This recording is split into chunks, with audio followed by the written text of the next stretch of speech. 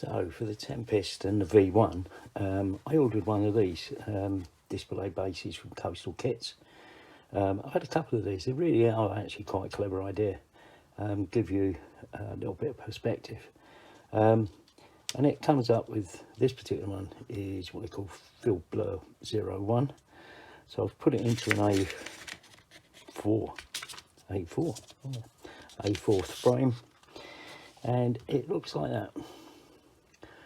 So when I get the two planes, or the V1 and the Tempest mounted, it'll look like they're going over, or going with some speed over some ground. So I think that will look quite good. And with both aircraft mounted, this is how they look. Right, so here it is all mounted up. Oh dear, cough. With the two planes engaging each other, with the Tempest trying to lower its wing under the V1 in an attempt to flip the V1 and damage its gyroscope and put it off course.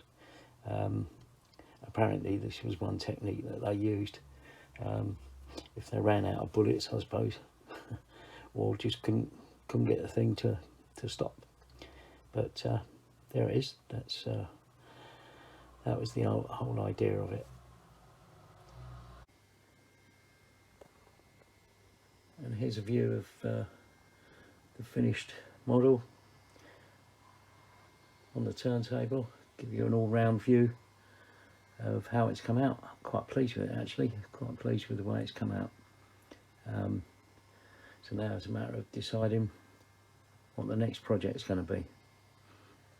Really not sure. It could be, I don't know.